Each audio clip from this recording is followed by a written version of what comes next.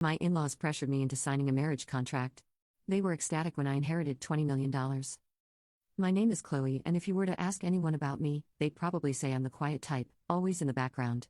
I work as a lab assistant, which suits me fine because it means less chit-chat and more focus on the details. Life's pretty routine: work, home, and the occasional outing with my friend Lisa, who's about as loud and lively as they come. Tonight, she somehow convinced me to tag along to one of her infamous house parties. "Chloe, you got to stop hiding in your shell. It's just a few friends and hey, you might even have fun," she had said, practically pulling me out of my apartment. As soon as we walked in, the difference between us was glaring. Lisa was in her element, her laughter filling the room as she mingled effortlessly. I, on the other hand, found myself plastered against the nearest wall, clutching a soda like a lifeline. The music was too loud, the crowd too much, but there I was, trying to blend into the wallpaper. "Hey, you made it," Lisa shouted over the music as she darted back to me, a guy trailing behind her. "Chloe, this is Tom. Tom, meet my best bud, Chloe." Tom was your typical good-looking guy, tall with a smile that probably got him out of trouble more times than it should. "Nice to meet you, Chloe. Can I get you something stronger than soda? Maybe loosen you up a bit," he joked, nodding at my drink. I managed to smile. "No thanks, I'm good with this." Lisa winked at me before being swept away by another group of friends, leaving me with Tom. Awkward didn't even start to cover it. "So, Chloe, Lisa tells me you're the brains of the operation at your work. A scientist, right?" Tom tried to start a conversation, leaning against the wall next to me. "Lab assistant," I corrected him, tucking a strand of hair behind my ear. "I'm not really the brains, more like the hands." Tom chuckled. "Modesty, huh? That's rare."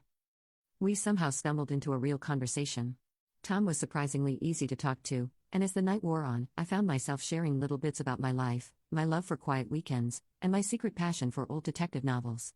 He listened, really listened, and by the time the party started to thin out, I was actually laughing, the genuine kind that bubbles up without permission. "You know, you're nothing like I expected from Lisa's stories. You're cooler," Tom said, his tone sincere. I raised an eyebrow, surprised by his comment.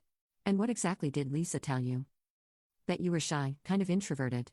But you're just chill, not uptight. It's refreshing." His words, oddly enough, didn't feel patronizing. They felt like a compliment, and from someone like Tom, it meant a bit more than it should have. "Thanks. I guess you're not too bad yourself for a party animal," I teased back, realizing that I didn't want the night to end just yet.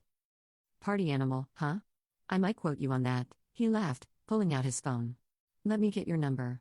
We should hang out, maybe somewhere quieter where you don't need to shout over the music." I hesitated for a moment, the old fears whispering that it was a bad idea, but then I typed my number in his phone.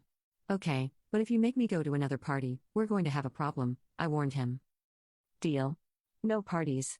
Maybe just a coffee or something," he promised with a smile that made me think that maybe, just maybe, stepping out of my comfort zone wasn't such a bad idea after all. Just a few months after the party where I met Tom, things had gotten pretty serious between us. I remember it was a chilly evening in late autumn when he popped the question. We were walking through the park, leaves crunching under our feet, when he suddenly stopped and looked at me with those eyes that seemed to see right through to my soul. "Chloe, I've been thinking," Tom started, fumbling a bit, which was not like him at all. He was usually so smooth. "I don't want to spend another day without knowing you're officially mine. Will you marry me?" He pulled out a small box from his pocket and opened it to reveal a simple but beautiful ring. I nodded, my voice a mere whisper. "Yes, I'll marry you." The joy on his face was unmistakable. We spent the rest of the evening talking about our future, making plans that seemed like distant dreams coming to life. But the real test came when we decided it was time to meet his parents. Tom had mentioned his folks a few times before, but he always kept the details light.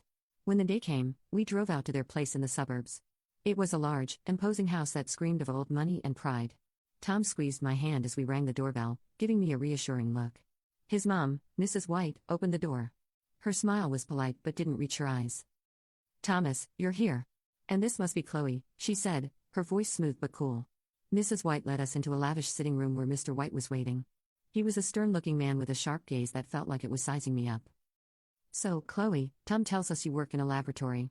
That must be interesting," Mr. White said, his tone making it clear he was less than impressed. "It's rewarding work," I replied, trying to keep my voice steady despite the judgment I could feel weighing down each word. "We were quite surprised to hear about the engagement," Mrs. White chimed in. "Weren't we, dear?" She looked at her husband, who nodded stiffly. "Yes, quite unexpected. You see, Chloe, we want what's best for Tom, and we hope you understand that," Mr. White added, his words heavy with unspoken implications. Tom jumped in. Mom, Dad, I love Chloe, and she makes me happy. That's what matters, right? Of course, dear, but you must think practically too, Mrs. White countered, her eyes cold and calculating. We would like you both to consider signing a prenuptial agreement. It's just a formality, really, to ensure both your futures. I was torn.